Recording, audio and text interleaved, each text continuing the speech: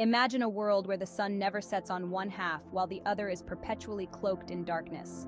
Picture entire ecosystems evolving in stark contrast, split down the middle by an inescapable reality of existence, eternal day on one side and endless night on the other.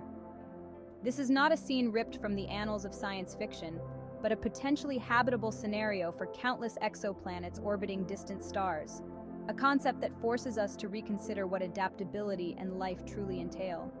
In this essay, we dive deep into the concept of a tidally locked planet where one face eternally basks in the harsh glare of its star, and the other is shrouded in an unending twilight and darkness.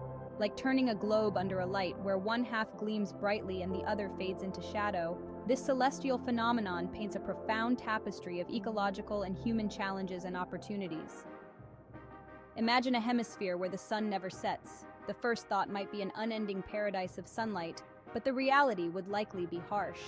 Constant daylight can mean relentless heat, minimal moisture, and a unique set of challenges for any form of life attempting to thrive under such extreme conditions. Life, as posited by scientists and thinkers, would need to evolve formidable adaptations. Plants, for example, may develop reflective surfaces to avoid overheating and desiccation. Similarly, any fauna would need to alter their behavioral patterns to cope with the thermal and radiation stresses of permanent daylight. The society developing in this harsh glare would likely revolve around the mitigation of these intense conditions, perhaps constructing cities designed to shield inhabitants from perpetual exposure. Conversely, the side of the planet plunged into eternal darkness faces its own set of severe conditions. Temperatures here could plummet to dangerous lows, creating an inhospitable, frozen wasteland much like the dark side of the moon. Life forms on this side of the tidally locked planet would likely be those that can withstand extreme cold and evolve without reliance on photosynthesis. Bioluminescence could become a common trait among both flora and fauna, serving as a critical adaptation for communication and survival in the blackness. Human settlement in these areas would focus heavily on creating warmth and harvesting any geothermal energy available. Societies might become cave-dwelling or subterranean to conserve heat. Perhaps the most intriguing area of a tidally locked planet is the Twilight Zone, the narrow strip of land where day meets night. This area might offer the most habitable conditions and serve as a refuge and melting pot for species and humans alike. Here, temperatures would be more moderate and conditions more stable than the extreme hemispheres. The Twilight Zone could foster unique biodiversity, becoming a place where organisms adapted to both light and dark coexist. For humans, this zone could represent the ideal living conditions, balancing between the harsh extremes of the adjacent realms. It could naturally evolve into a cultural and economic center, benefiting from the unique resources of both the light and dark sides. Humans are incredibly adaptable, and on a tidally locked planet, this adaptability would be stretched to its limits. Societies on the day side would need to deal with the constant heat and high exposure to solar radiation. Urban planning might involve reflective materials to deflect sunlight and extensive use of solar energy. In the eternal night, survival strategies would focus on heat conservation and maximizing limited resources.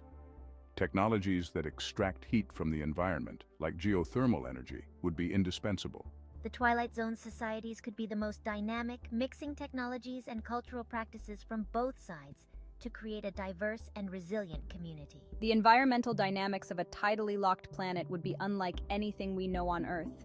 Each zone would not only have distinct climates, but entirely different ecological systems with minimal overlap.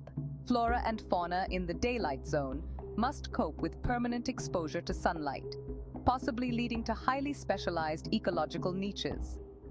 The night zone's life forms might rely on chemosynthesis, similar to Earth's deep-sea vent communities. The Twilight Zone, with elements of both extremes, would boast a rich mix of biodiversity. It could be a critical zone for the planet's ecological balance, acting as a refuge for many species during extreme planetary events. Exploring the concept of life on a tidally locked planet not only expands our understanding of where life can exist, but also challenges our notions of habitability. These planets provide a framework to assess the resilience of life in its most extreme forms. Understanding these extreme environments helps us prepare for future challenges as we continue to explore space and possibly encounter similar conditions. It also offers a unique mirror to our own planet's changing climates and the need for resilience and adaptability. Through this exploration, it becomes clear that life in its ceaseless journey adapts to the furthest extremes. A planet split into realms of day and night not only broadens our cosmic perspective but also deepens our understanding of life's boundless adaptability. On such a world, the Twilight Zone acts as a poignant metaphor for balance, highlighting the importance of transitional spaces, be it in ecosystems, societies, or the cosmic dance of celestial bodies.